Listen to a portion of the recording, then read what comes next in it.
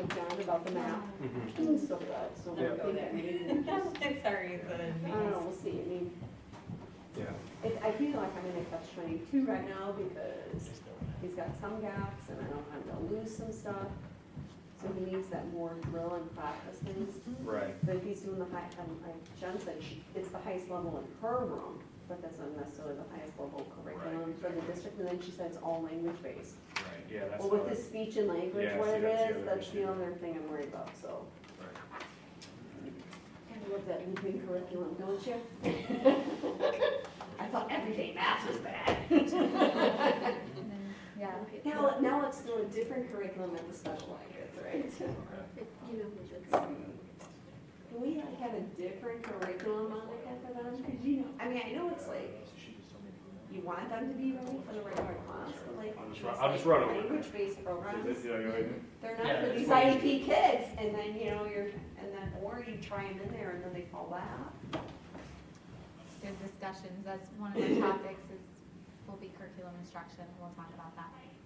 My child's totally not academic, she's all behavior, and that's horrible, no matter who you are.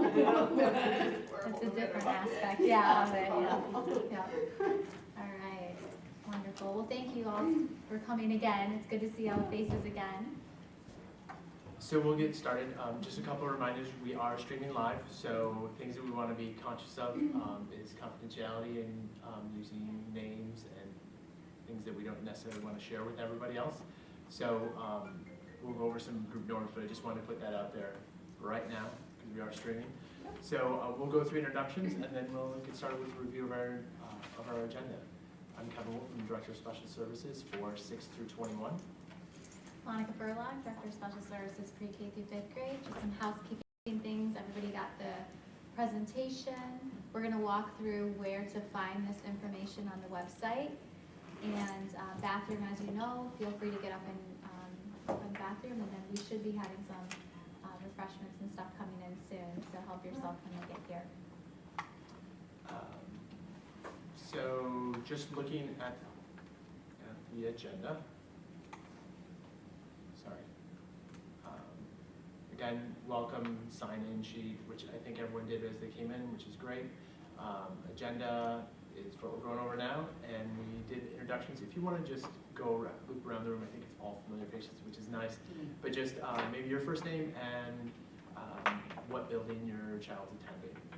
You want to start on that side and just loop around? My name is Shanna, and my daughter attends Legee. My name's Leslie and my son attends Martin. How bad is that? And I got one at Marlowe and one at high school. My name is Danielle and my son is at Legate. My name is Lori and my son is We're just flicking through with introductions, so just first name and where your child is attending. I'm Lorena Herrera, and I had a chance to talk to you with him Yeah. last week. My son is in Marlowe Middle School. Great. So just to continue on, the plan next would be we're going to do a couple of other housekeeping things as far as where we can find information on the webpage and where we're putting information from the meetings that we're having, our monthly meetings. So tonight's topic is accommodations and modifications in regards to that. What we'll do now is just flip to the webpage. And feel free to share this out to any community members that aren't able to physically be here. Obviously, they can go and live stream, but also to reference it if you forget any information or lose the PowerPoint they hand out. This is a great way to just communicate to them how we're communicating and sharing out on resources with parents. So from our homepage, we're into the departments and then special services. So again, homepage, special services. This is new. Parent resources, and then we go parent network committee is what we are. And so then we'll have kind of a running log of everything that's going on. And so far we have September up there, so the PowerPoint from our last meeting is there, and then the live stream is there as well. So this will kind of be the plan as we move through the year. You're here, that's great. I know it's sometimes a lot of information, so it may be a good resource for you to go back to, but as Monica pointed out, we want it to be a resource for all of our parents. So if you're talking to friends or neighbors and they have questions, this could be a great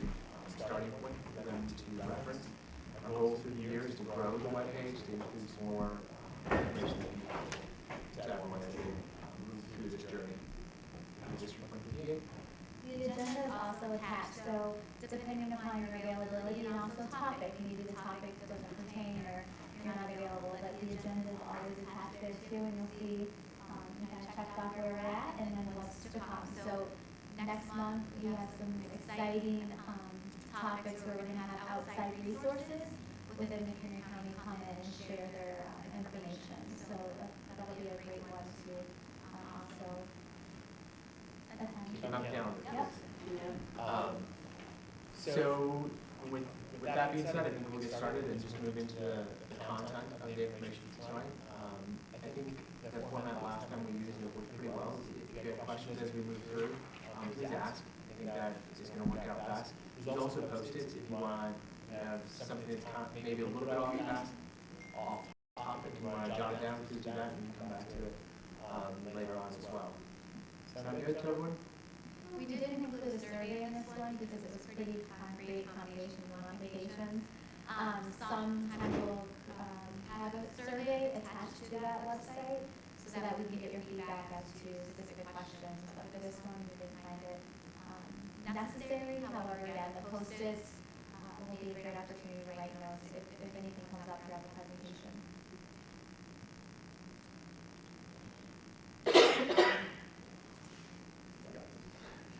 Just again, moving through the PowerPoint, some things that we thought were good tools to start all of our meetings off with. So just kind of friendly reminders, communicating in a positive manner, listening attentively, respect the views of others, and don't discuss individual students or teachers.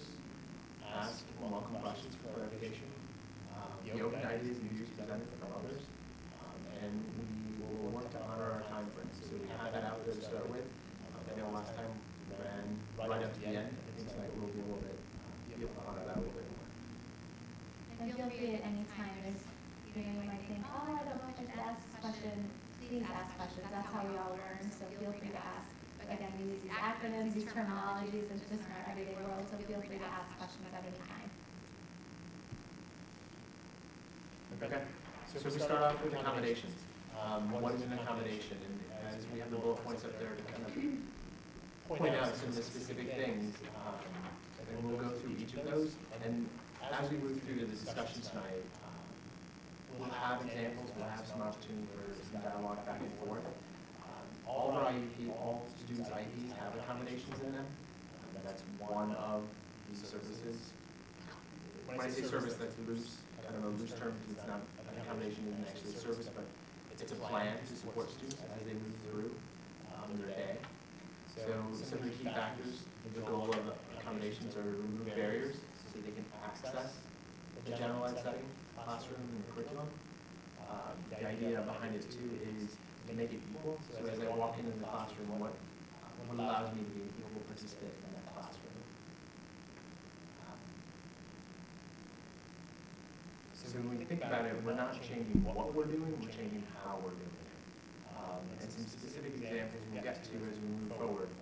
So just keep that in mind. It's not what we do in the classroom, it's how we do it and how we get that information to students. So an example for adults here in the room would be how we're presenting information. We had it up on the screen behind us, so it's visual that way. We have some tactile stuff as far as being able to touch the paper in front of you, being able to write, to take notes, auditory presenting information. So some of it is kind of just everyday teaching, but as we develop IEPs, we're looking at students' specific strengths or needs, and we may speak, highlight those in the IEP to make sure we're getting that information to students. And it doesn't change the instruction, so if I'm a fifth grader, all material I'm receiving is at the fifth grade level. I'm being expected to complete fifth grade tasks, so it's not changing what I'm doing or where it's being, where or how it's being delivered, or what's being delivered, I should say. That leaves a little bit to tests or assignments. So some examples that we can think of is change the time, format, talk a little bit about paper, screen, auditory, presenting information, how quickly we move through things, would be another piece that we could work on or address. And the other piece, last time we talked about 504s and IEPs, and this an accommodation applies to both 504s and IEPs, so it falls into both realms. if you have questions pertaining just to what an accommodation is, on an IEP, you'll see there's a separate page that says supplementary aids, services, and support. So I like to think of an accommodation as a support for the student to access the general education curriculum. So I'm a hands-on person. That's how I best learn. So as it's good for teachers to learn their students as to how and what the best method and approach to a student's learning is. So now it's just best practice. We present things tactily, we present it auditory, we present it visually. We use a multi-sensory approach to learning within special education and even in general education. So you'll see that supplemental aid services and supports page on the IEP. And again, there's a section that says accommodations. Those are specific to your individual student or child's needs. So you won't see things such as for all kids, because again, an IEP is written individually for your own student. So within that accommodation box, it's important to note, these are accommodations specific to your child's needs. So we know some students must have that visual schedule in order to function within the day. We know some students need specific individual behavior intervention plans. That's an accommodation provided to that individual student. So I like to think accommodation is just how you're presenting the information within that general education or throughout the environments throughout the day, but you're targeting grade level, instructional level. Any specific questions with accommodations? So then just to make sure I'm clear on this, so if your child in their IEP says test red, even though they go out for their PE, music, art, and they're by themselves and a paraprofessional or something isn't with them, the reading the test is considered a modification then? Or is it going to be in the accommodations section? It would be an accommodation. It would be in the accommodations, okay. We're just changing the how that information is coming to the student. Okay. So instead of the student picking up I always just, mix that one up, that's why. it's okay. Yeah. And that's kind of why we thought this was an important topic. As we talk about it with parents, but even with educators, sometimes we interchange them, and I don't Well, think we that's think what about it I'm when we're thinking, interchanging them. So we want to try and clear any of those questions up tonight. So it's the same test, it's just how it's being presented to you Yeah. is the difference. Like, think about it like the idea of an ebook. So if you read it on your own, it's the same content that you hear on your own. It's Right. just the delivery is Okay. different. And that would be a modification? Accommodation. Accommodation. I know. The audio book is just online, you're listening to it. It's the same content, same information, you're just now listening to it versus, reading it via authentic textbook. Can I Every throw word is another the loop same. out there Yeah. then? So then if the regular ed, say PE teacher automatically reads it to all the kids anyway, it's, Yeah, I mean, that's a great it's, so question. it basically, they're accommodating to everyone, regardless whether they have an IEP or not. Yep. Okay. And you'll see that a lot of teachers just do this as best Because I mean, the practice. primary grades, when they're learning to Yes. read, they're not gonna be able to Right, listen to some of Correct. those things. Okay, thank you. good question. Yeah, again, especially primary, a lot of them just have visual schedules as part of their day. But what we want to specify in the IEP is, again, they might do that for all kids, but if they change environments and they go to a different environment, individually as a student, I know I have to have that visual schedule no matter where I go. So that's why it's listed specifically on the IEP. Very good question. And with that, kind of to piggyback on that idea, is we know an IEP goes for a calendar year. So the PE teacher in second grade may read it, but the PE teacher in third grade may not. But we know, based on the child's needs, that they would have that test read no matter what Yeah, the situation until the is. next meeting or Yep. something. And you'll see that it's an ongoing process. So I might need an accommodation for 6 months, and then, looking at our data, looking at how I respond, and then closing that gap based on the services and supports, I may not need that accommodation anymore, or the team might say, based on data, they're really responding to this new accommodation. So accommodations can be flexible also as well, and can change as your child grows and learns new skills. We write it for a year, but it might be, an amendment or an IEP meeting to say, we've noticed that these new 5 accommodations are working for your students, and we've trialed them over a period of time. We want to add that to the IEP. Yeah. So the It is next, great. yeah, no, it's fun. And so the next thing is when we think of accommodations, we think, and refreshments are here, so if anyone wants to feel free. When we think of accommodations, we think of them in 4 different chunks. And those chunks are how we provide the information to students, how students have a chance to give back to teachers what they're learning, and then what does that environment look like? So is it a large room? Do we adjust the setting? And then the timing. How does time factor into that student's learning, and what do we do about that? So again, accommodations just equal the playing field, and it's the how piece of it. So if we think of presentation as the first one, we were talking about a little bit ago about how providing information auditorily would be an option for our students that are deaf. Sign language would be an accommodation, because they could be getting all the same material just through sign language. Braille, visual cues, large print, notes that are written out. For our hearing impaired students, another option could be audio amplification or FM systems that they have personally to themselves. Reading is one that we'll probably start to see as kids get older. One of the topics that we are cautious about with standardized testing is students often don't need to have the whole test read to them one-on-one, but standardized testing, if that's what we say, that's what we have to do. So one of the things that we'll often look to change that to is text-to-speech, which we can do that in a large group, and many students can do that in a large group. They have their own headphones, and they can move through that information independently without having to have an adult actually read that material to them. So sometimes, again, as Monica pointed out, from one year to the next, the term may change a little bit, but the idea is still the same. Because in the end, we want students to be independent in accessing information. And if I can do it text to speech, I'm more independent. I'm not dependent on an adult. So that levels the playing field again.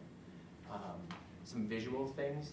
This time we tried to make our handout a little bit more visually appealing by having a little more space and a little larger print. So those could be good examples in the classroom as well. Some teachers may just automatically put 4 slides on the page, which works for many kids, but then if we know a student has a difficult time with processing or just spatial relationships, one of the things that we can do as an accommodation is just blow that up or add less slides on a page, or say remove slides per page. So again, just looking at those specific individual needs that make it easier is not like easier or accessible is what I'm looking at, not to make it so we don't have to work, but it levels that playing field again. Why should I struggle if I don't need to, if there's a simple way that I can just get past that and be able to move forward and keep up with everybody else. Putting material together in different chunks, as far as instead of giving a whole outline and 2 pages, breaking it up over a number of pages, or chunking reading tasks, visually chunking them. They may have to do just as much, but it's split up in the book, or it's copied, like Xerox copied and chunked out, so it's easier to manage for students. Assistive technology is another one. I know bringing up the topic of text-to-speech, isn't it? Obviously a device is going to do that of some sort. So there's other things that we can do with technology that we'll have another whole evening about that as well at a parent session. So I'm not going to dive too far into that, but a lot of the things that we already spoke about we can now do digitally, so that helps the process as well. Can I ask you, Yes.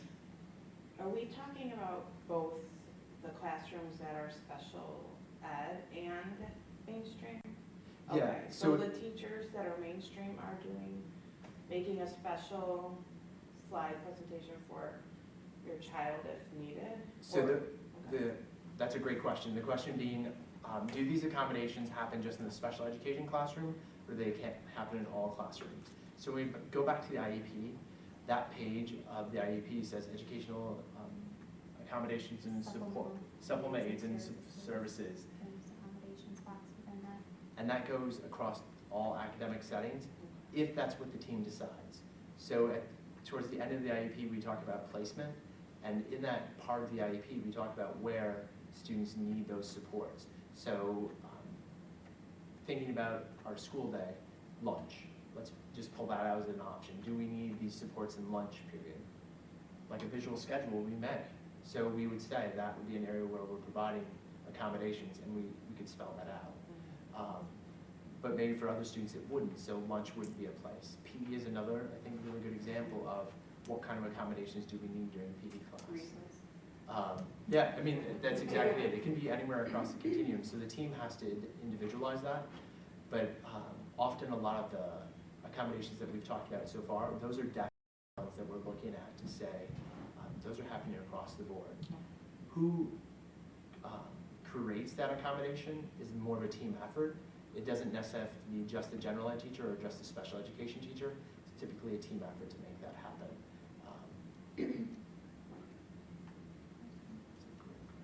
I have a question. Knowing my child, I'm sure other people may have this issue too, organization. If I as a parent want a specific accommodation put in, like knowing that he's going to middle school and he's not very organized, he needs an assignment notebook, where in the accommodation section? Or they'll just list it in the accommodations I think they give them. in general? That's a great I mean, I know they conversation. give them one, Yep. but like, I know my child is not going to be one that always writes in it. So, Sure, you know, it's sure. very hard to organize and Sure. stuff of that. So, In middle school, you know, other grades, you're Absolutely. going from room to room to room. Yep. He almost needs someone to check it, like a case manager or something. Where would we Yep. list that in accommodations? That would be listed within in there? accommodations. So Alright. your team of professionals at the IEP team, most likely, not all the time, but most likely already have this data and information, they know the kids very well. And so they'll bring up, yeah, we see organization as an area of difficulty. What are some options? So we naturally just think assignment notebook check, or we naturally think assignment notebook. Well, again, we have options where maybe he could type it versus write it, and it's in one system or one place. Okay. So I think, we want parents to bring that information to us, like, at home, he's disorganized, and the team can say, yeah, we either see that, or sometimes we don't at school because it's so structured. So I think the first thing is bring any of your concerns to that IEP meeting and questions. And then I think that specific, when you talk about organization or things, that would be under the accommodation box based on that specific need. Mhm. I just wanted to know that. Could I Yep. just add something? Yep. Because we went through that, my son is an organization nightmare. But they had put into his IEP, one of the things was he would have his phone, and after class, he would take a picture, because the teachers write the assignments right on the Yep. board. He'd have that picture, and then I could see exactly what the teacher put down. And then, twice, 3 times a week, the special education teacher would meet with him and say, you're missing all of these, where are they? Most of the time, they were in his book. And so they would say, all right, here's this one, and now you need to go turn it in. So that was put directly into his IEP, that they would meet, they would go over those things, so that they could follow up and make sure that they were being done. So it wasn't flying by the seat of his pants, it was.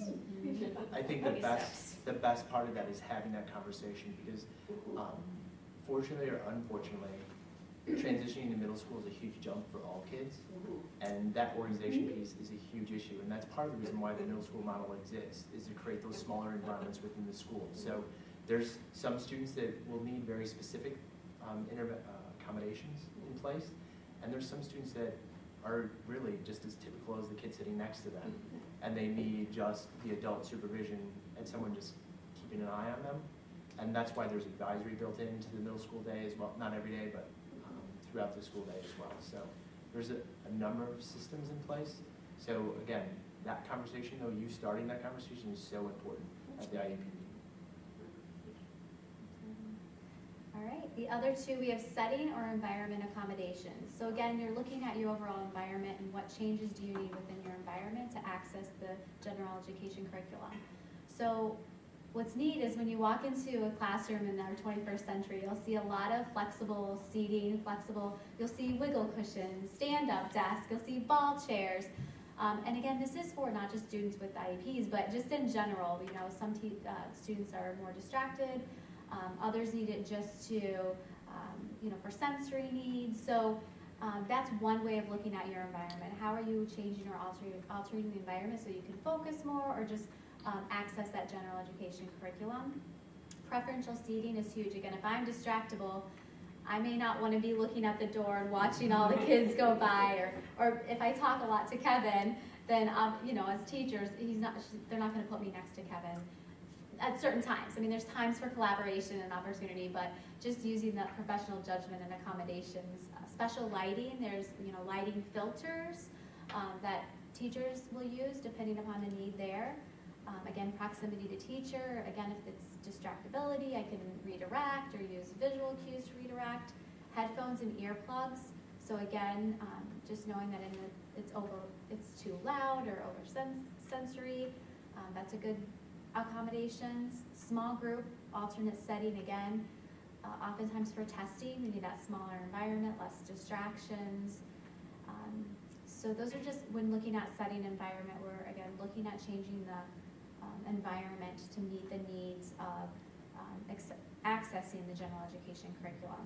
And again, it can go across multiple settings. So if I need this chair specifically within gen ed, there should be one if I need it in a special ed classroom, or if I need this adapted chair within PE, or you know, it could go with them to different locations depending upon the student's needs. Sometimes they need it in that large general education classroom, but then other smaller classrooms, they don't necessarily need it. And that will all be listed on the IEP under that accommodation page. Another accommodation is looking at timing and scheduling, a change in how much time a student has for an instructional activity or assessment. Again, this is very important because a lot of times our kids with processing deficits or distractibility, they need extended time. So maybe they need 50% more time to finish a task, to start a task, to work in groups. We provide breaks often, so processing all that information, maybe they need a drink break, maybe they need a movement break. A lot of our students too need a timeline for completing tasks. So what do we do first, next, last? So breaking it up, and so I can focus on what do I need to do first, chunking that information, use of a timer too. I think that's key too. So is there a timer on the computer that we can use? Is it a visual timer on the side? We do our best to ensure that we want what's socially appropriate as well. So again, we're not going to look at the extreme accommodation if we could do something that looks appropriate. So a lot of times you'll see, like, even, you know, us as adults, like if I'll have a slant board, instead of a slant board, I'll have a tracker or binder that I can just, you know, use for my slant board. Sometimes the slant board is warranted, but you know, instead of maybe a bicycle or wagon, maybe there's another form of transitioning that's more socially appropriate. Because what are you going to hear the students say? They're not using it, and we recognize that and we understand that. And I think the other thing that our teachers do a great job is having that discussion in your class. This is how the student learns. That's okay. You learn this way. You have glasses. You have a wheelchair. This is just a part of our culture and our community. And I think the more we educate our kids that it's the norm, it becomes more common and they don't have those questions.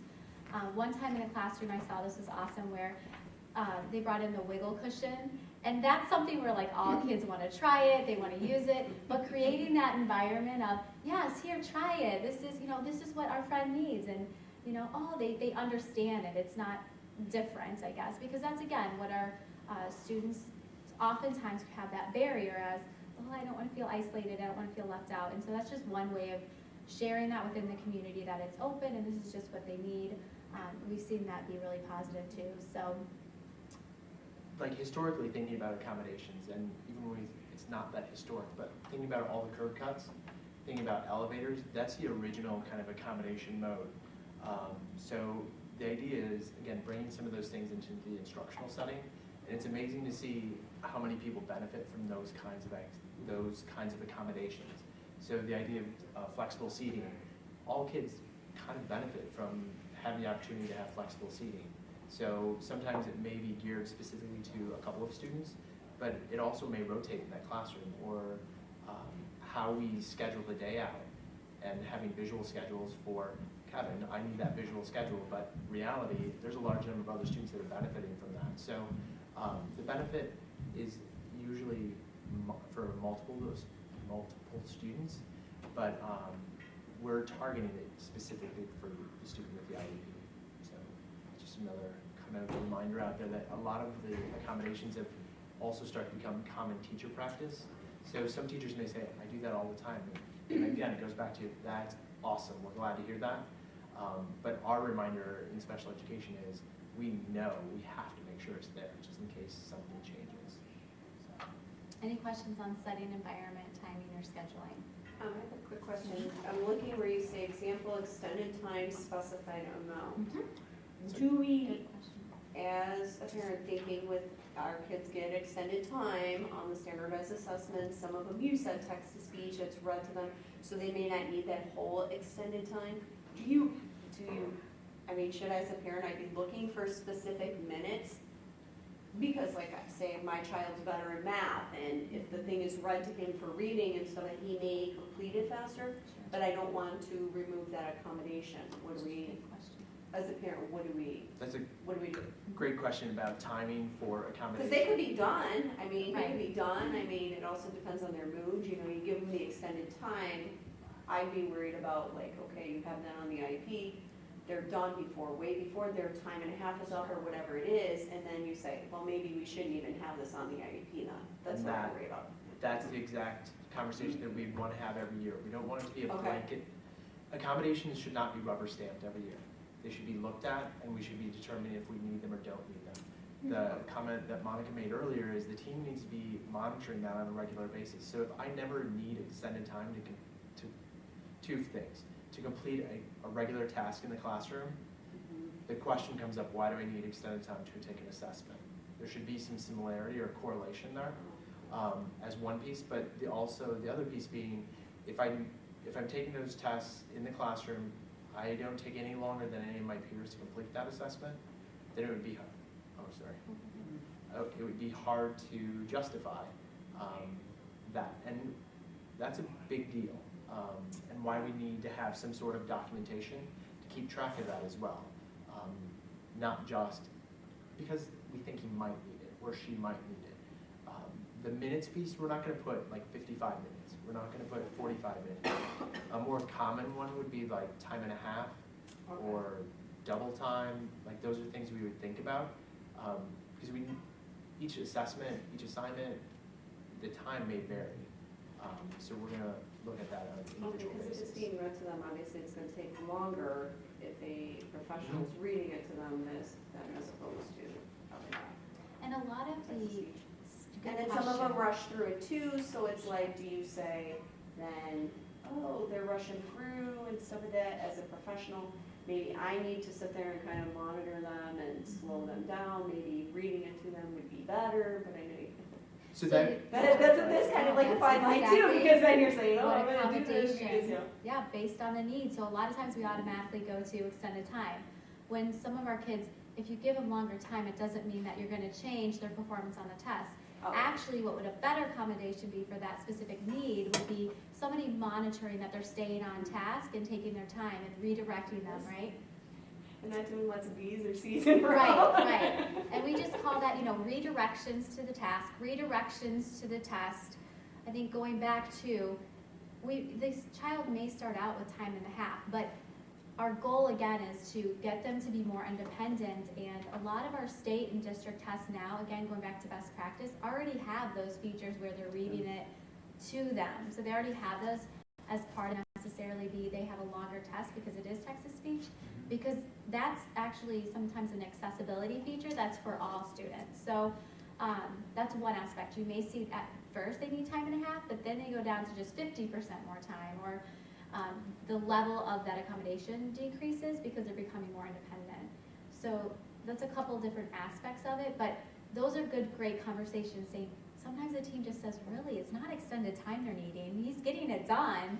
It's just now looking at it like, I actually think he needs just more redirections to the test and questioning. And so those are good topics, because I think, again, sometimes we get so, they have to have extended time. Well, let's be flexible and open to maybe that's not the specific accommodation that's going to be best for that student because they need something else. And again, it's not one of those that at the IEP meeting, oh, we're gonna take off extended time. We typically, we come with our data, we monitor the accommodation. If the student hasn't had the accommodation all year, we're not gonna, magically say, well, now they need a calculator. There has to be some data, some information to say, this student on a regular basis needs this accommodation to access, again, that testing, instructional information, to understand the content. Great questions. So again, just some reminders about accommodations. They don't change the content or instructional level or the grade of the material. They're unique to the student, and based on that individual student need, they must be driven by data and addressed at least on a yearly basis through the 504 IEP meeting, and using grade level standards to differentiate how we're accessing that learning. So when we think about this, here's our test or assessment, assessment's a better word, of where we're at. So if we look at this vignette about Victor, let's see if we can answer the question at the end. So Victor's an 8th grade student receiving special education services to address his needs related to a physical disability. He does not struggle with mathematics, reasoning, and computation, and he is able to write with a pencil for short amounts of time. However, after writing for about an hour, his muscles become fatigued and begin to cramp. When this occurs, Victor must take a break, which lengthens the time it takes for him to complete the mathematics assignment and tests. Because of his needs related to his physical disability, Victor has routinely used a calculator for assignments and tests that are more likely. So the question is, can Victor be provided a calculator on the Park grade 8 mathematics assessment?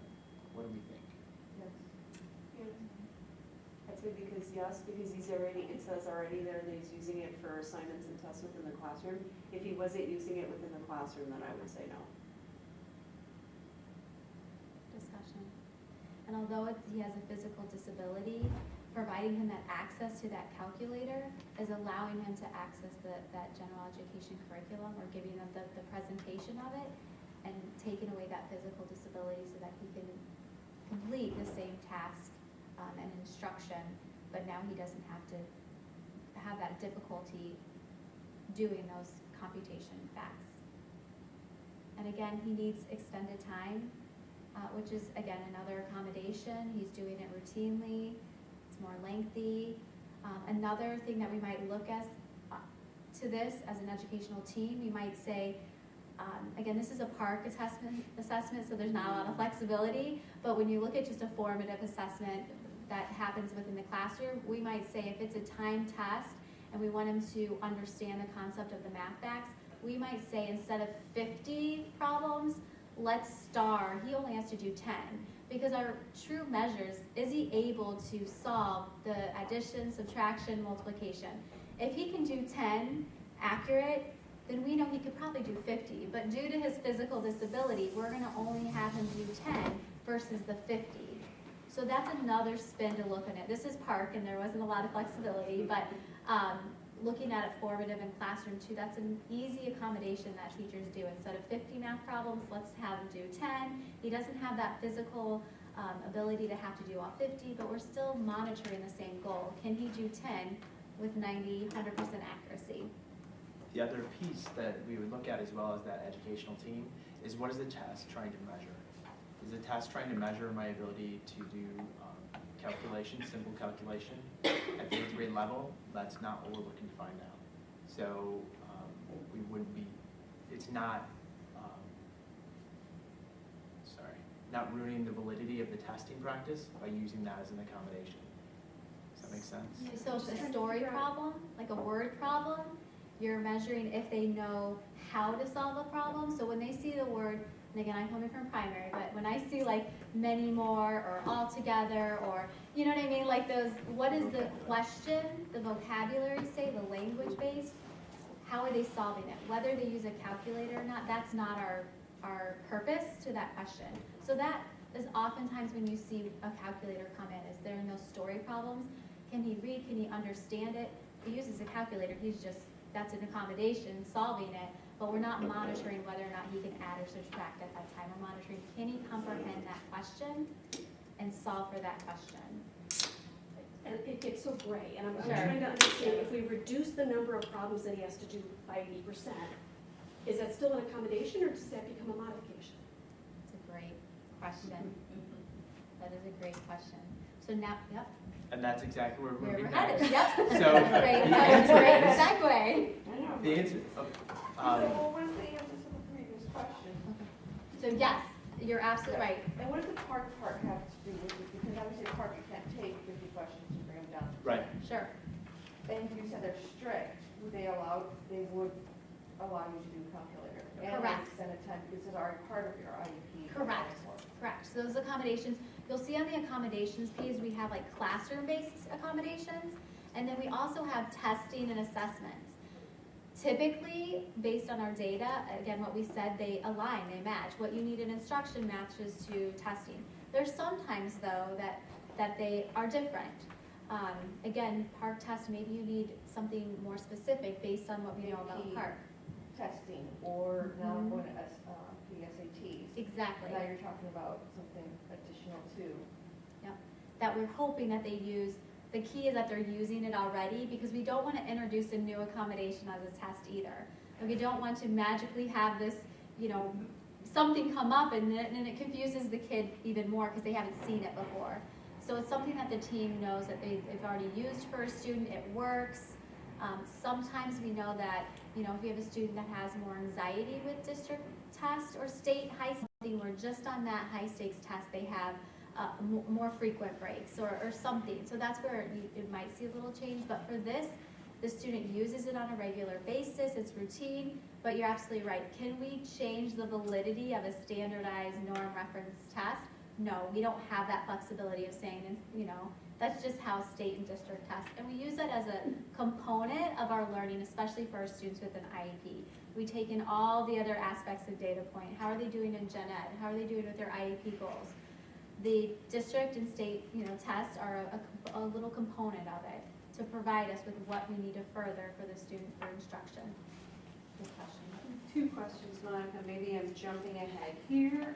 My one question is our students allowed to use calculators on the math test? no, that's not correct. They are. It depends if it pops up or not.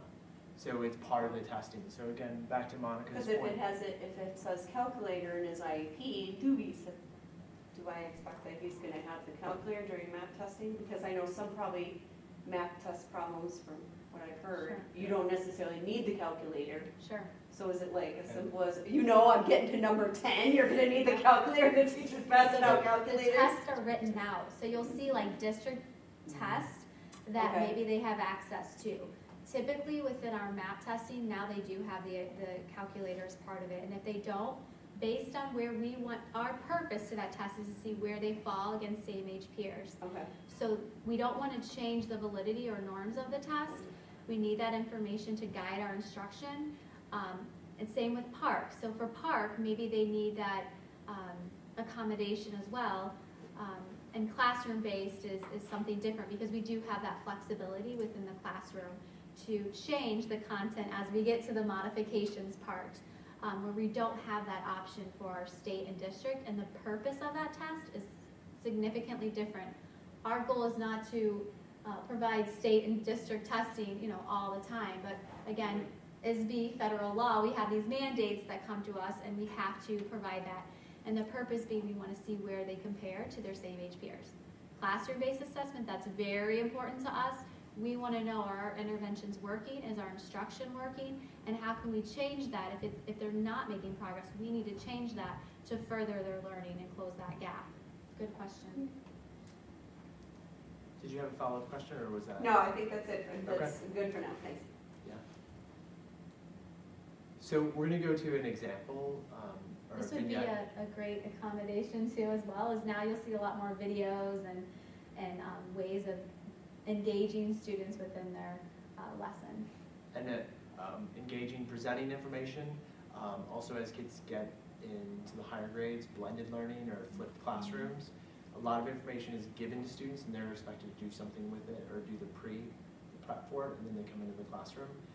It's also a good way for kids to review, or for teachers, special ed teachers, to pre-teach information that's coming up.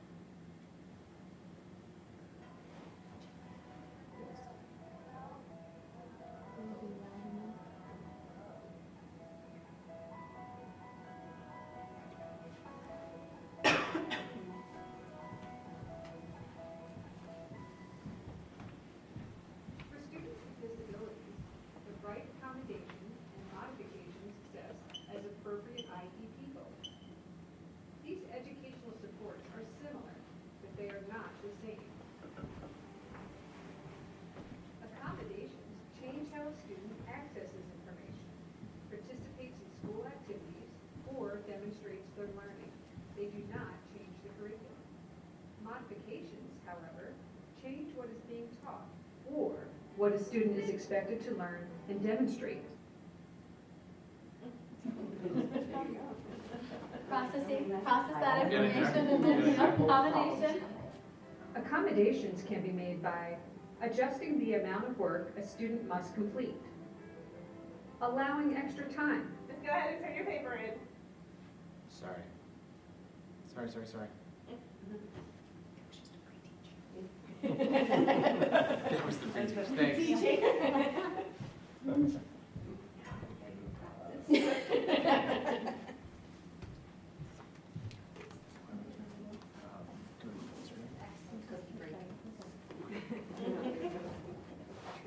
Sorry, guys.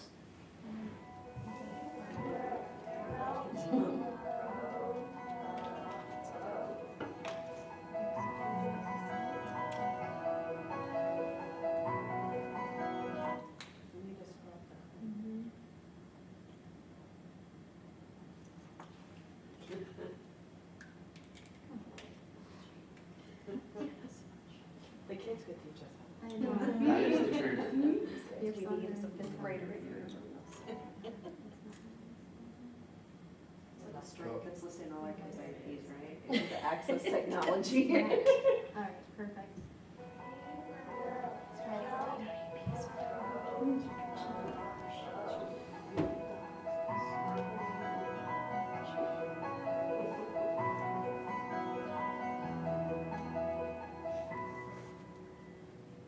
For students with disabilities, the right accommodations and modifications can be as important to school success as appropriate IEP goals.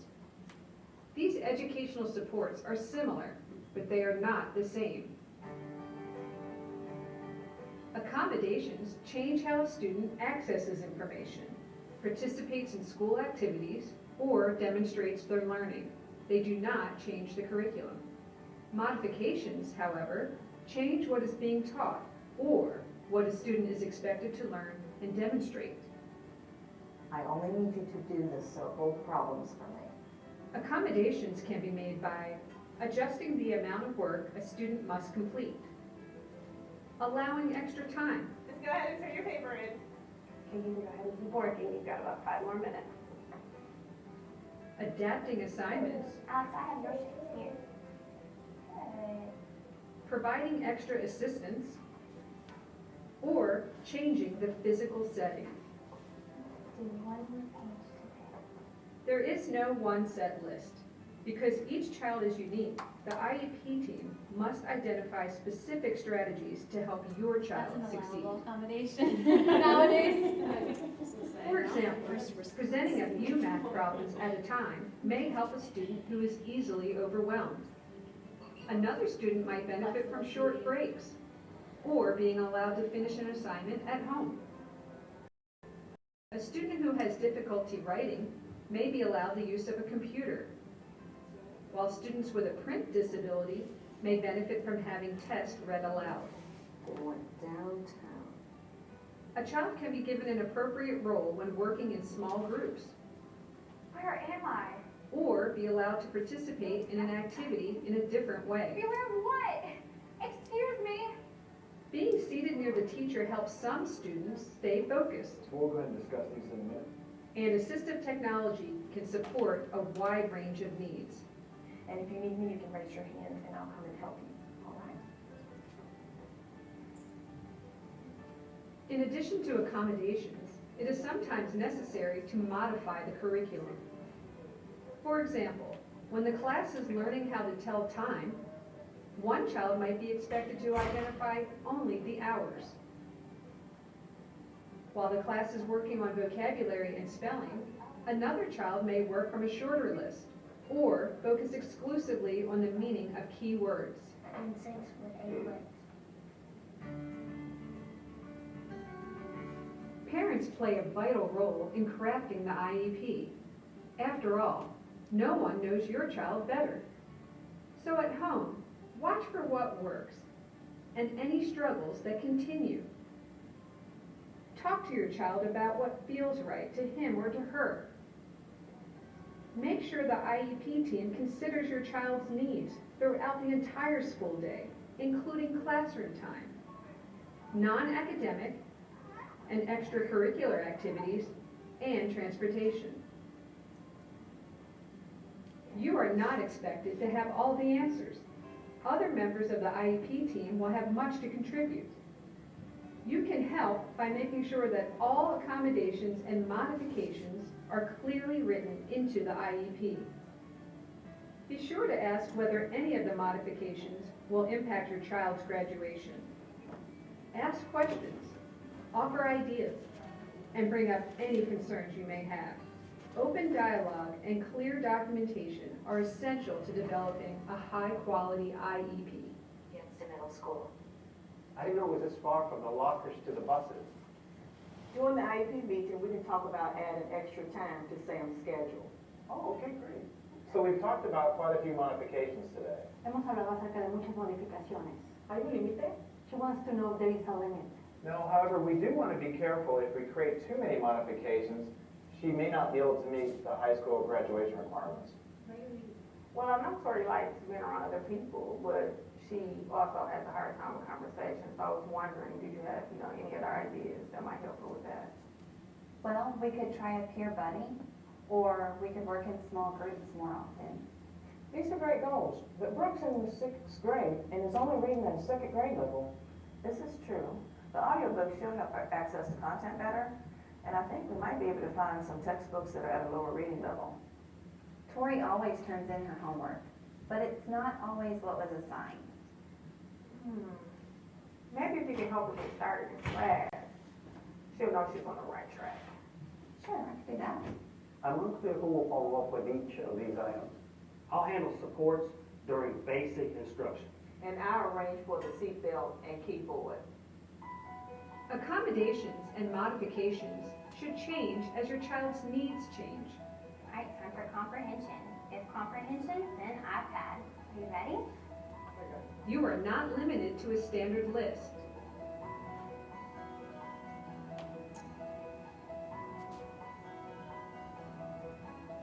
Can we play? So be creative and stay involved. Can we go to the park? I would love to go to the park, but you gotta study first, right? Your child is counting on you. Thanks for helping each other out. That'll be great.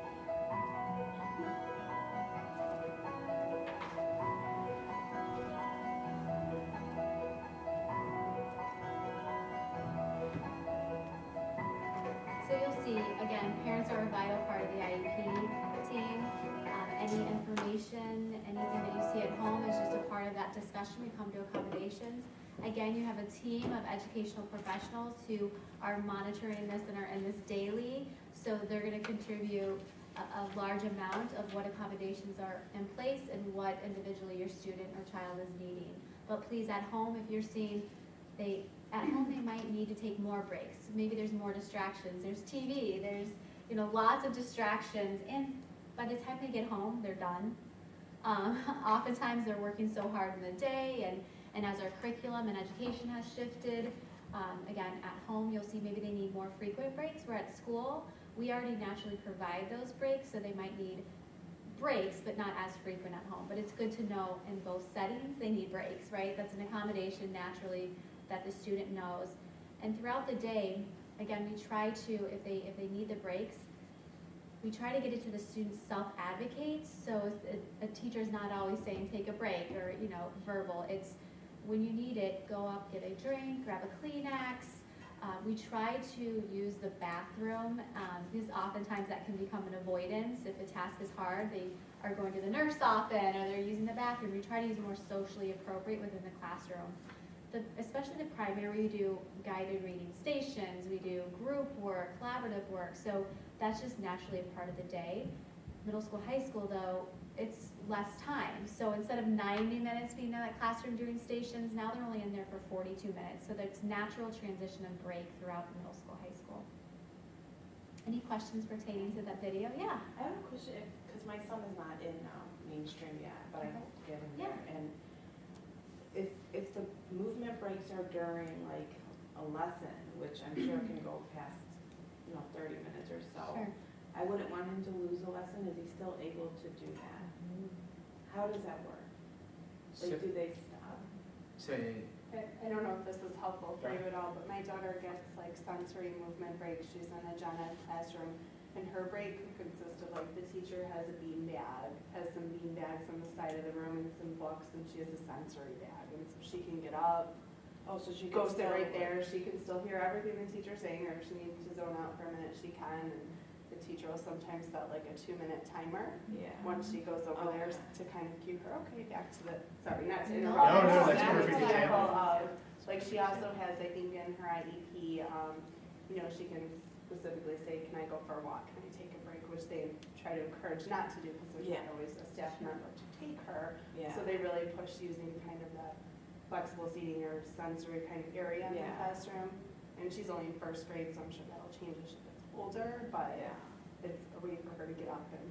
Yeah, I'm just scared that if he does get up, he's gonna miss something, and it's gonna be harder for him to keep, like, he'll like miss maybe something he needs to put it together with, so. It depends on the student. We have kids that can be looking this way the whole time and standing up, but then you ask them a question and they're getting it and it's typing and they can respond. Yeah. We have teachers naturally set up their environment to where maybe your daughter's not in the front where that happens, but maybe she's off to the side and she's able to stand maybe for 10 minutes. Okay. And really it's just common practice. We have kids that stand and the teachers are fine with it. They're accessing their information and learning. They're able to answer questions. We have fidgets. We have some desks have Velcro underneath it to, you know, there's different tools and accommodations again. I just to haven't support seen it, that. because both of my older kids have been always mainstream, and I never noticed any of that stuff, but now that my son is, you know, he's always been in a special education so far, so I feel like it sounds good, but I'm like wondering, is he gonna be so different because it doesn't happen as much as we think? Like, and I think things to think about is what's happening in first grade probably is not going to be the same thing we're doing in 7th grade. yes, yeah. And that's okay. Yeah. But when we think about everyone even sitting around this table, what are different things that we do ourselves to like give us a break? To either it's like a brain break or it's how I pay attention. Like doodling, I don't know how many of us were in school at some point where someone would be like, stop. Yes, Like, yeah. that's not thinking any longer. It's because we know that's not necessarily true, that someone's not attending. That may help them attend to what's going on. I think, you know, the examples that have been shared so far are great ones. I think some of the times it's, as we look to transition kids as they get older, is how can we use this in your everyday life? Yeah. And a lot of the things, like Velcro under the desk, if I had that in my office right now, no one would know. I could have Velcro under my desk or, you know, It what. doesn't bother the other kids? No, because they It's so normal for all the kids now, because, well, where are you going? Oh, I gotta go to this quiet room to do my test. Why? Oh, I gotta send a test. Oh, okay, that's just the norm now. You just talk about it very Open. That's a good point, is when we were kids, you know, the typical kids were over here and the special ed kids were all on the other side of the school. We didn't know what was going on. Now, everybody is doing it, and it's so into individualized learning. And Yeah. I don't think anyone Yeah. thinks twice if you've got the Velcro and I've got my fidget. Yeah. She's got a bottle of water and she's over there chewing gum. Yeah, as long It's as just the I'm way just it hoping is. it doesn't where they're like, oh, he's like hurting the other kids in some way because they're not. And they're so good, like you had mentioned before about like talking to the kids, like my daughter's kindergarten teacher like had her pull out her sensory bag and pass it around and show all the kids, and you know, then she got upset this year at open house because someone was laying on her beanbag and we haven't even started school yet. And like, well, I'm sure, you know, you need to talk, you know, the kids don't even know why that's there, so I'm sure, so then the first day of school, well, here's where Kira sometimes goes when she needs a break, and, oh, okay, like, okay, no big thing, so. And it is interesting how classrooms have transformed because more than likely classrooms will have more than one alternative seating because we do have times where kids as a class are doing independent work and you know the discussion is ongoing whether it's in first grade or 8th grade or in high school. What does that arrangement look like?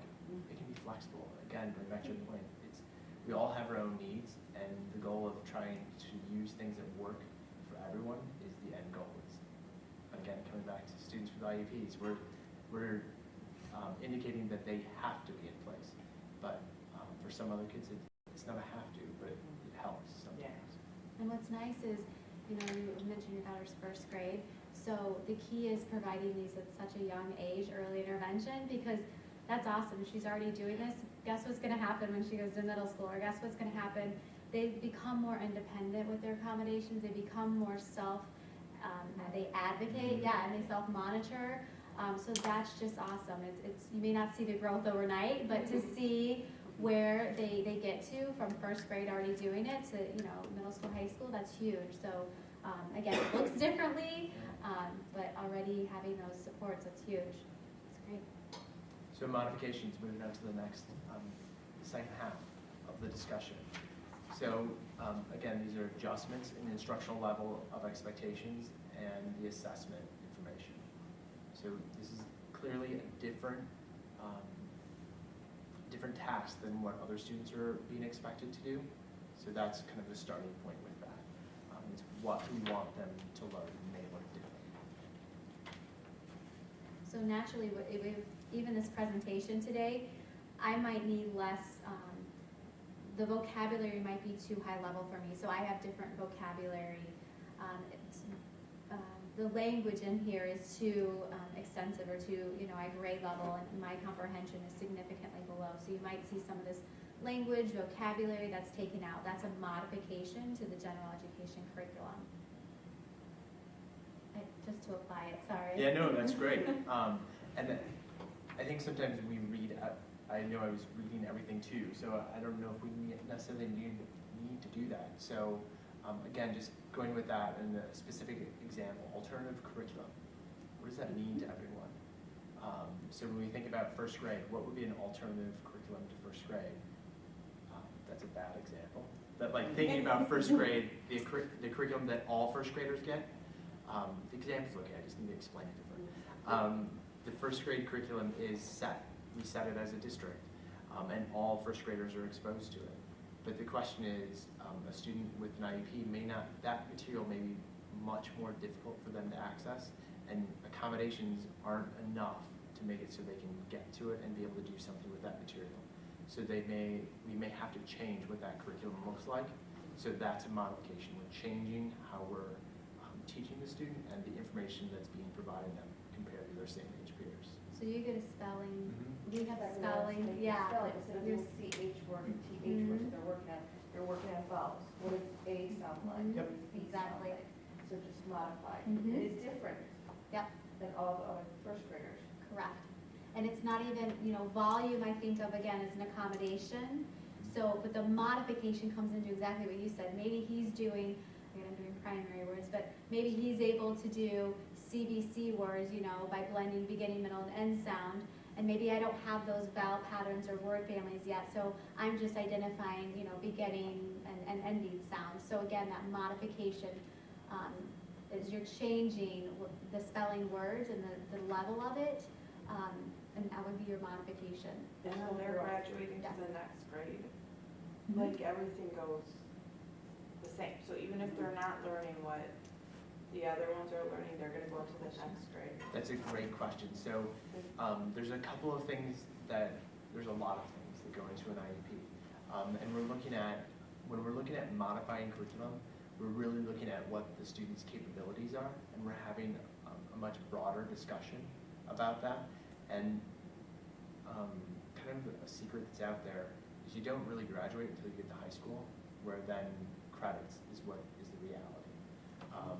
So students aren't going to be retained because they're not doing the exact same thing. We're going to still move them forward because they're moving forward based on their abilities and what the plan is that we're setting in place for them. Our goal is to close that gap, and we're going to get to that discussion in a moment too, about what do we do when students have an alternative curriculum.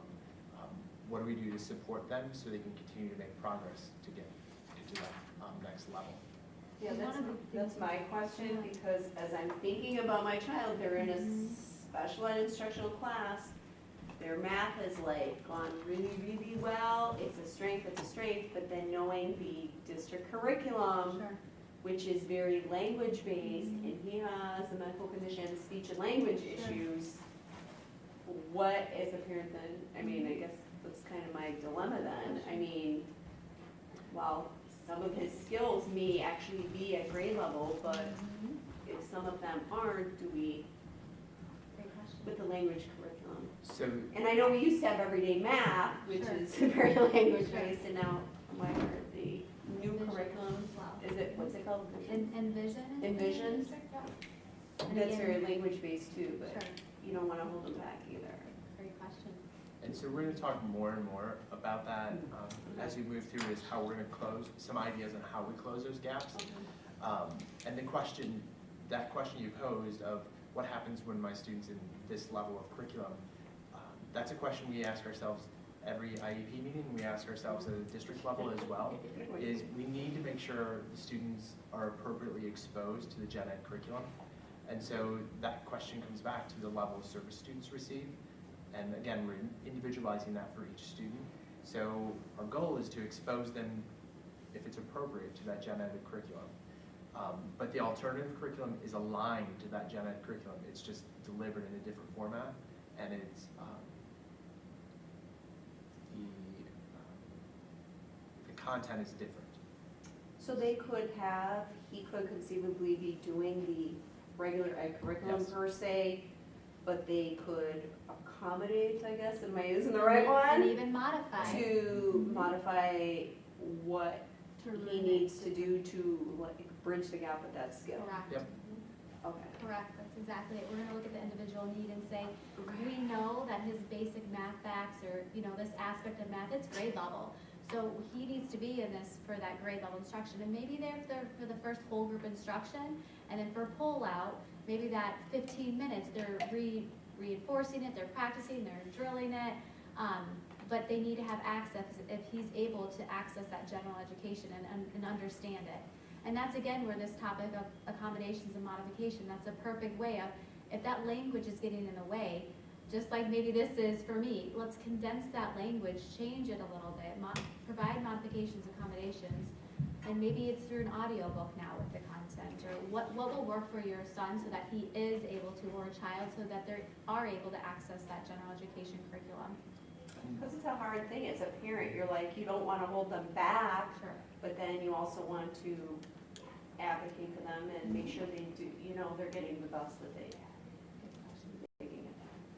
And your team, you're gonna come with an IEP team who knows your student and you know your child the best, and they're gonna have those discussions with you. They're gonna propose these, discussions saying, within, here's the areas of deficit based on your IEP. So I know that the comprehension is really difficult.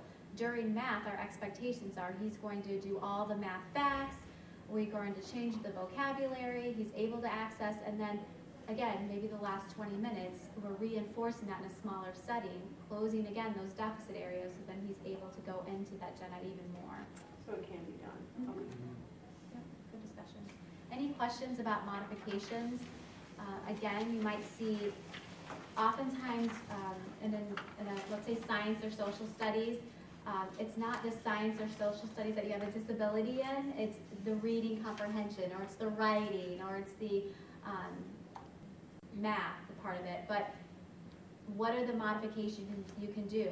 His instructional level or reading might be at grade level, where I might get the passage, or I might get the science, the lab at a 4th grade level.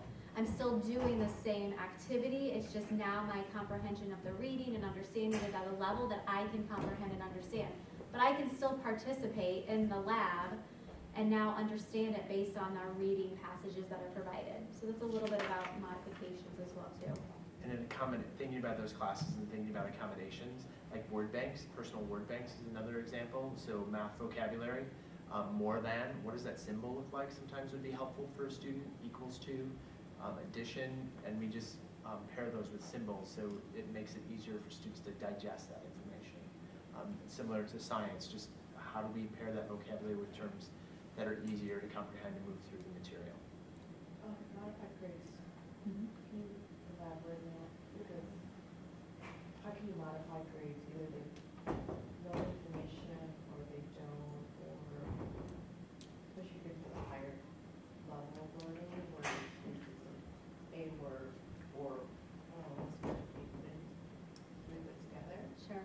So you can look at it as, again, I'm working at a modified grade level, so my grade is based on having modifications for that grade. So maybe I have an A, but I'm gonna have a list of modifications that I get to that A in my class.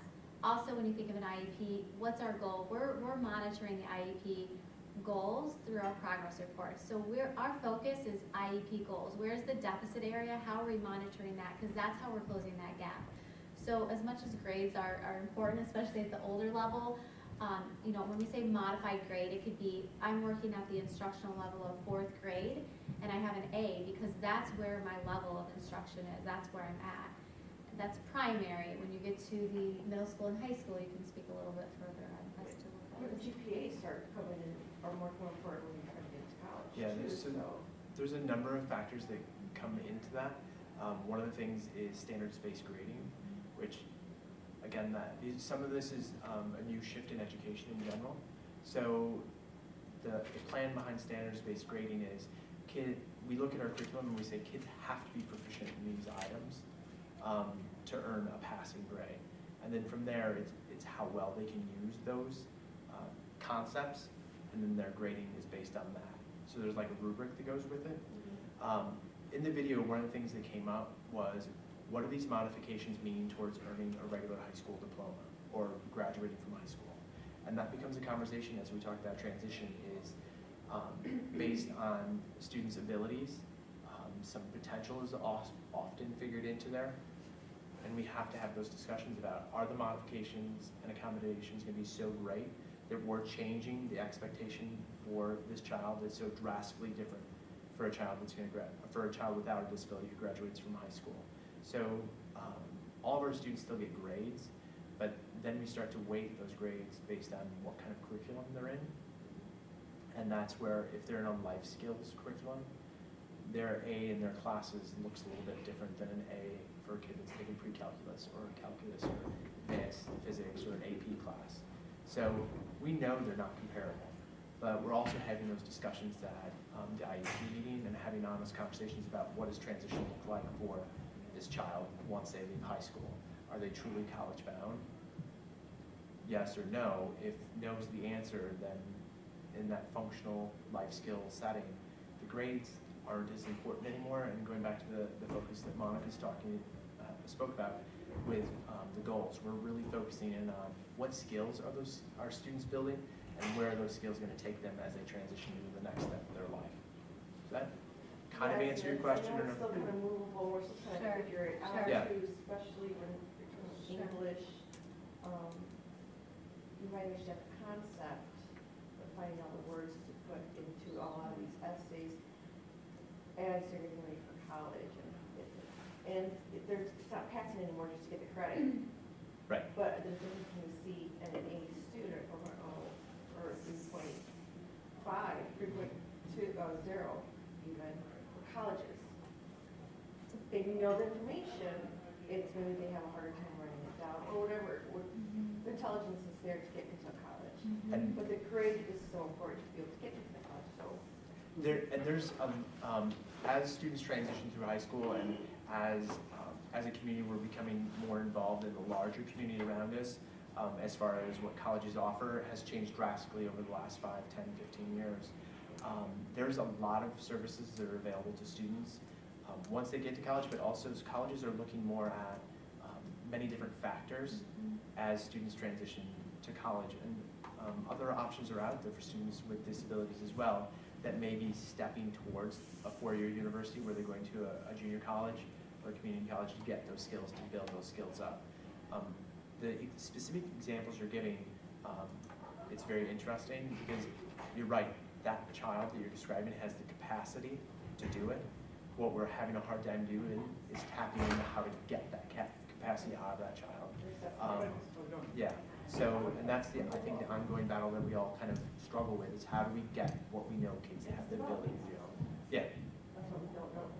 So, and it may take longer. I think that's the other variable is accommodations and modifications make it so we can access it. And so just because we access it doesn't mean it's going to happen. You know, if we look at it like as a physical requirement, we know if people can access a building because it has a ramp or has a wheelchair, they still may not be able to get there as fast as the person right next to them, but they can still get there. So college is not necessarily out of the realm, it may be further down the road. Just some things to keep in mind. Might look differently, and there's again a variety of colleges, a variety of options. You don't necessarily, they all fit into this college because maybe they don't specialize in that, or maybe they don't have the services and supports. Also, my last little statement to this is our team of professionals, we have a gradual release, so we don't automatically go to modification. So what you're saying is, we look at what accommodations can we provide first. We don't want to go, just like restricted, we don't want to restrict or go more restrictive. We want to start with accommodations and see what they can access with general education. We're not going to go straight to modifications when they don't necessarily need it. So we're going to trial all these things and maybe start with minimal modifications and then work our way to that. Because what's our goal? We want the same goal as for you guys. We want all kids to be college bound. We want all kids to be functional within our society and our world. So we're not looking at that, unless it's necessary and warranted for the student for those high level modifications. And we do have another, time is going by fast in this, but we do have a session just on transitions that I think will help guide some of those conversations. We did throw in also an intervention, because a lot of times you'll hear these words interchangeably happen. So accommodation, modification, and intervention. They are not the same, they're not synonymous. So we want to make sure that we know when you hear, it's important when you go to an IEP meeting, you know the difference between when you hear accommodation, modification, or even you'll hear intervention. So we're just, again, we're not going to read all these, but just kind of go through, when you hear the word intervention, what does that mean? So the goal is to target where the student's deficit is. So if I have a reading deficit, and Monica was talking a lot about phonics before, and sound blends, that's where I'm going to target that. And what that intervention is, there may be a name that goes with it, there may not be a name, it may just be a strategy. Reading comprehension, there may be a specific strategy the teacher's going to use, whether that's in the gen ed setting while all the other materials being presented, and now there's either small group work or independent work, we may be reinforcing that skill and really highlighting it. It may not be part of the overall task, but we know that if my reading comprehension is low, if I'm using the information or the material that's presented in class, it is going to be a great time to reinforce that skill. And I may also be a student that receives a pull-out intervention where I leave that general ed setting to receive an intervention in whatever that skill is that I have the deficit for. And usually the goal's around that deficit. Usually it should be around that deficit. And that's what we're going to target for that intervention to close that gap. So going back to that question before, if I'm behind, how am I going to catch up? Well, I'm going to get all the general ed curriculum, and we're going to do appropriate accommodations and modifications so I can access it and it can be presented to me just like all my peers. But now I'm also going to have an intervention where a special ed teacher is going to provide that intervention to help close that gap. So I ideally need fewer and fewer accommodations and modifications. Does that kind of make sense? Quick? No, that's fine. That's good. I don't see how it's different. Which is different? Intervention. Good question. So, yep, so intervention, so basically at this point, through our classroom-based assessments, through our assessments that we do via, you've heard of the words MAP testing, and you heard classroom-based testing, My Sidewalks or Reading Street. Based on those assessments, I might fall out in the assessment saying I need more supports with, I'm going to go back to the phonemic awareness. I'm not able to blend. When I get to an unknown word, I'm not able to blend that. So I've identified through that assessment that that's my deficit area. It's on our IEP, it's through the assessment. So Kevin's now going to, as a teacher, going to provide me with a specific intervention, meaning specific, whether it's typically a research-based strategy to close that gap. So I might now have magnetic letters. I might now have, there's programs, out there that target just phonemic awareness. So I might leave the classroom and do a 20-minute kind of drill of blending sounds in order to work on that deficit area so that the next time I take that assessment or next time I have a reading book, I'm using that strategy now into my guided reading group. So oftentimes within the general education classroom, there's a lot going on. You're doing the general education. Sometimes our students' deficits are that, a year below or 2 years below. I need some pull-out time to do that targeted intervention to really just focus on that skill deficit. So like they're getting extra instruction so Sometimes that they it's can? Yep. Okay, but they're not missing anything else? It's always during a time, I would assume, that their lesson plans are, like they're working on their own or something? So that's a great discussion, and that's a discussion at the team. Okay, but it because wouldn't affect the other lesson? That's a great discussion, yeah, I mean, the dilemma is there's only so many hours in Yeah. a school day. Yeah. So if we're gonna pull you out, there's something that's there's sometimes it's gonna be sacrificed, Okay. possibly. Because there are other structures within the school system, or in the school day that may be a great time to deliver that intervention. So But it's like speech kind of, or like? we that's talk for one way to speech? equate it. Within the primary grades, there's guided reading stations, let's say. There's a lot of station work or writing conferences, so it's easier, I think, because we can push in and do that intervention during one of the station work. So as a teacher, I can, and now we're shifting to more co-teaching models, so a special education teacher pushes into that class. I can take that station work and do this intervention as part of the classroom rotation. That's our ultimate goal, is to keep them within that general education. Now you have a special ed teacher pushing in to provide that intervention targeted to that deficit area. It doesn't always work out in that scenario where sometimes that's even too much and they have to be pulled out maybe during, maybe art's not their strength and that works out in that setting to pull from that. We try to pull from non-content academic areas. But at the same time, we want to look at maybe art is a strength of the student and we don't want to pull from that. So there's lots of different factors that go in, and we ultimately look at the individual student and needs and what's going to be best for that student and the least amount of distractions and disruptions throughout their day. I have two questions. One, what is My Sidewalks? Is that like reading or math? Again, we have these program names. We just kind of pulled a research base. I was It just doesn't, curious if it was like a reading or So, math. yes, My Sidewalks, I believe, it's a reading intervention targeting specific reading skills. Okay. Yep. And then secondly, you mentioned when you pull out kids and stuff like that during support times, not just for an intervention, but maybe long-term thinking ahead for speech and stuff Sure. like that. Am I correct in assuming that, isn't it Illinois law, you can't pull a kid out of PE anymore? There's a mandate for the state. They have to have it's not that we can't pull them out. They have to have so many minutes or hours of PE. So Okay. that would be something that we follow. I believe it's, don't quote me Mine on the likes amount, PE, but. and if he's gonna be pulled for speech during PE time, he's not gonna be happy to come. And one thing that's They won't pull it. amazing Okay, about okay, Huntley good. is Huntley's one of the few districts that offers PE every day. Yeah. So we're covered with the, legal mandate. Okay. No, Not every day. this is special to Huntley that is unique in a great Why place. is PE so important? Why do they have to have a certain amount, of hours? So that's a great question, but this is definitely not the forum to ask that question. And I don't mean to put the question that's about fine. why do we No. have to have PE. Yeah, because It's a state law, so, There's lots of factors that State go Board of into it. Ed It could just- be another Yeah. discussion. is but- that on the booklet by any chance? The booklet that we get on the IEP? There's a booklet that I was given. No. For Parental it, rights. No, the parental rights, no. No. About It's more PE. state code. Yeah. You could go on State ISB Could I code. just? and search it. Yeah. You could search it through State ISB Board or of Education. Google it for Illinois PE. All right, so that's just a little bit about intervention.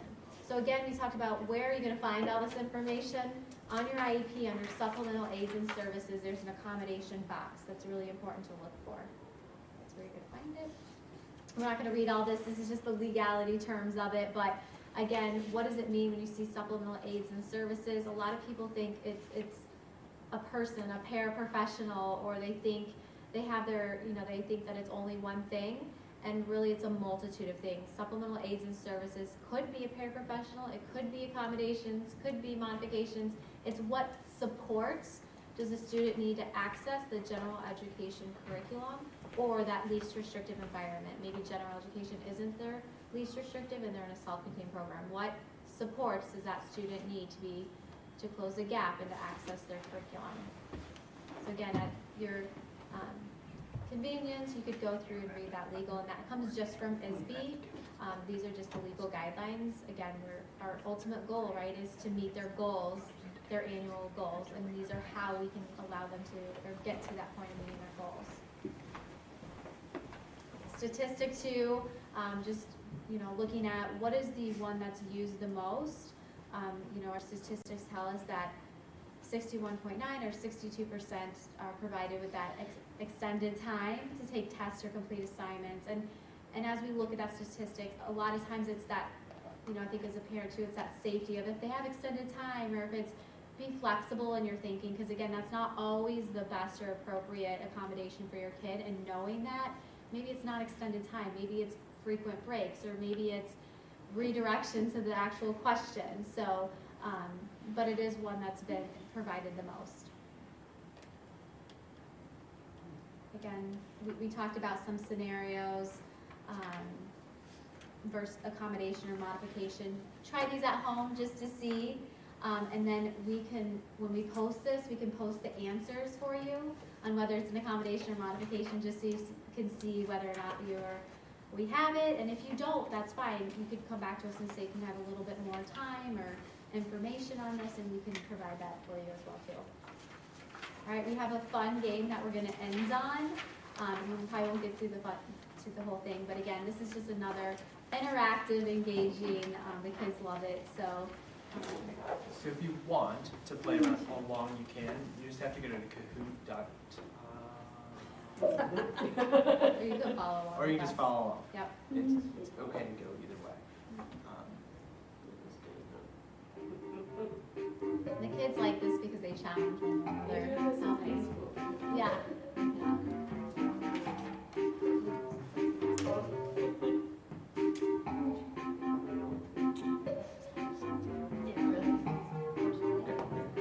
So here we go. You can join at any time. The number will be at the Kahoot number should be at the top.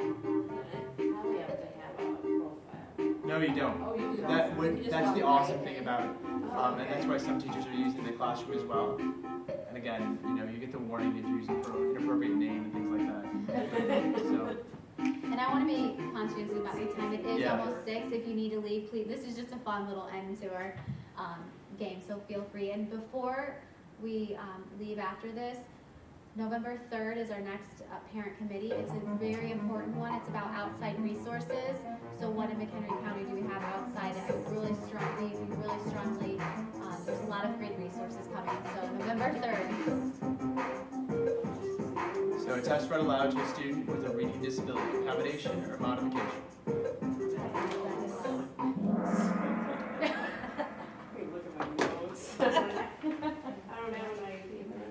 A 6th grade student uses a 3rd grade text to study Egypt, accommodation or modification.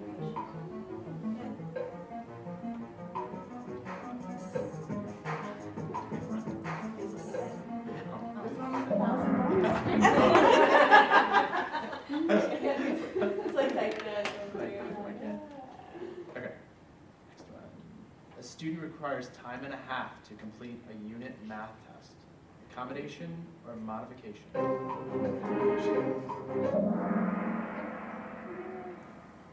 We'll move through it kind of. Yeah. I just have to remember that I have to answer. A student uses speech to text to complete a written response for English class.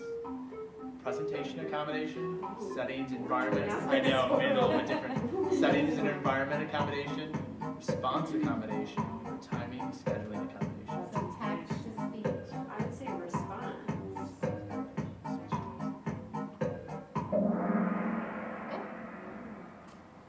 That was tricky. Yeah. The 3rd graders receiving specific instruction in a small group to increase reading fluency. Accommodation, modification, or intervention. There you go. Awesome. Oh, I forgot. Monica needs to verbally prompt me to use my. Is that an accommodation or a modification? So, the student is in a co-taught English class using it.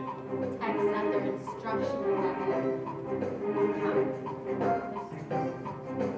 So they're in a co-taught English Modification. at an instructional level, not grade level, not grade level, but instructional level. So modification. That's the difference. It's tricky too. instructional, not grade level, but instructional at their instruction level. Student takes the PART test in a small group setting. Accommodation or modification?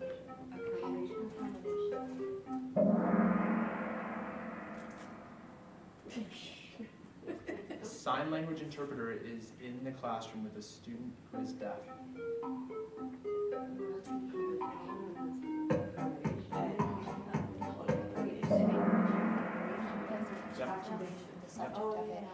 Exactly.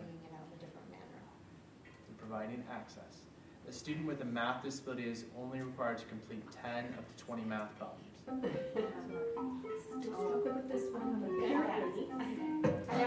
Parent, I think modifying, but if you are modifying the curriculum, that's probably more accommodation. We had this discussion. So, There was the math where it said They had an half of example the in the math test, Mm-hmm. but then there was a spelling where it said less spelling words was a modification, so. And the It's spelling was shortening. different because it was the spelling words that were significantly different than the spelling words that the other parents Oh, were I thought it was taking. just less. So there was both. It was less words, so instead of 20, there was like 15, Oh, but the words itself or were easier. easier. Yeah. It's a different level. so Does the word this is a disability kind of figure into it too? poorly worded question is what Yeah. it was. Because again, yeah, I know, right? I'll own it. I'll tell Well, no, you. that's fine. Because I think don't there's two wanna, factors to look throw that at. out If there, we're but just yeah. decreasing the number because it's a speed thing, Yeah. then it's truly accommodation. But if we're looking to decrease and change something, then that's different. That is definitely different. Yeah.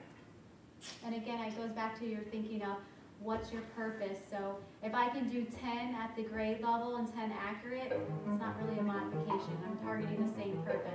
But if I'm doing 10 and they're significantly different, or yeah.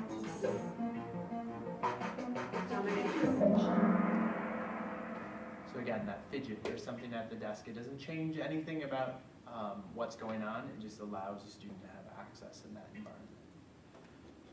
So we hope you all felt tonight was beneficial. Again, I think we packed more information in than the hour and a half lasts. But I think you guys have asked some great questions, and I hope you can walk away tonight feeling like you got something valuable from tonight's session. So again, I think as Monica pointed out, put the next date on the calendar. You know, on our website where you can find out more information. PowerPoint will be up early next week at the latest, and the agenda for the next session will be up shortly as well. So. I have a question, Hunter, like a thing, just to throw out there, like, I was mentioning